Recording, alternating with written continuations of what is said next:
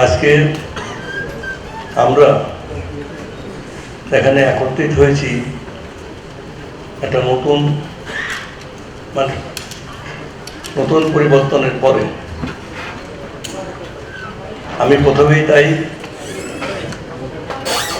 জুলাই গণঅভ্যুত্থানে যে সমস্ত ছাত্র জনতা, কবি, শিল্পী, সাহিত্যিকবৃন্দ তারা আত্মহতি দিয়েছেন, আমি তাদের আত্মার প্রতি, তাদের আত্মার মাগফিরাত কামনা করি, শান্তি কামনা করি এবং গভীর শ্রদ্ধা জানাই।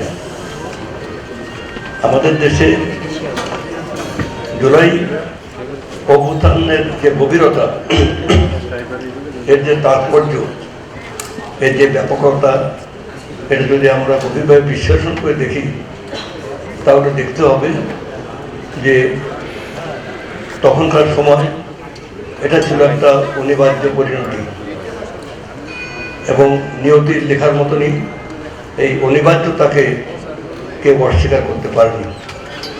আজকে আমি কবিতা উৎসবের কবিতা পাঠের এই আসরে আমি শুধু এইটাই বলতে চাই, কবিতা আমাদের শুধু কাঁদায় না, কবিতা মানুষকে জাগায়, কবিতা মানুষকে সংগ্রামমুখর করে, কবিতা অন্যায়ের বিরুদ্ধে একটা শক্তিশালী উচ্চারণ, একটা প্রতিবাদ। ৭১-এর মুক্তিযুদ্ধের কথা যদি আমরা মনে রাখি, তখন সশস্ত্র হানাদার বাহিনীর বিরুদ্ধে আমাদের অস্ত্র ছিল গান, কবিতা এবং ৭১-এর স্বাধীনতা যুদ্ধ মূলত ছিল একটা সাংস্কৃতিক বিপ্লব। ঠিক তেমনি আপনার ২৪-এর যে জুলাই আন্দোলন, এটাও ছিল তরুণ তরুণী, তরুণ শিক্ষার্থী, ঢাকা বিশ্ববিদ্যালয়, বেসরকারি বিশ্ববিদ্যালয় এবং অন্যান্য বিশ্ববিদ্যালয়ের ছাত্রছাত্রীদের যে একটা ভাবনা। এদের কোনো দল ছিল না, এরা কোনো রাজনৈতিক দলের সাথে তারা সংযুক্ত ছিল না। তারা এই যে প্রিয় মাতৃভূমির স্বাধীনতা, সার্বভৌমত্ব এবং গণতন্ত্রের পক্ষে লড়াই করেছে, নিরস্ত্রভাবে জীবন দিয়েছে, তাদের রক্তে লিখে গেছে আর একটা নতুন পরিবর্তন। আমরা এই পরিবর্তনের স্বপ্ন নিয়ে বাংলাদেশকে আমরা একটি নতুন আধুনিক যুগোপযোগী বিশ্বের সাথে একাত্মতা করতে চাই।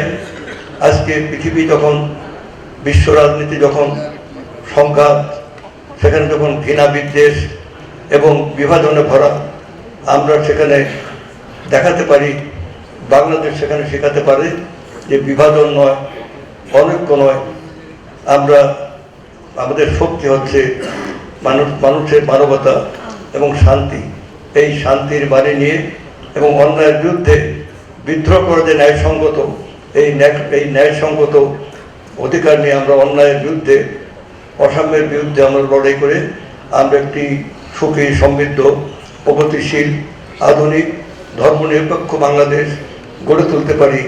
এই হচ্ছে আমাদের স্বপ্ন এবং এই স্বপ্নই নেতৃত্ব দিচ্ছেন আমাদের মাননীয় প্রধানমন্ত্রী জনাব তারেক রহমান। আমি তাই আজকের এই সন্ধ্যায় কবি, সাহিত্যিক, শিল্পীবৃন্দ আপনাদেরকে আসুন আমরা বাংলাদেশে এই সমৃদ্ধি এবং নতুনের পতাকা হাতে নিয়ে আমরা এগিয়ে যাই একটি সমৃদ্ধ বাংলাদেশ গড়ার জন্য। এই বলে আমি আমার বক্তব্য শেষ করছি। বাংলাদেশ জিন্দাবাদ।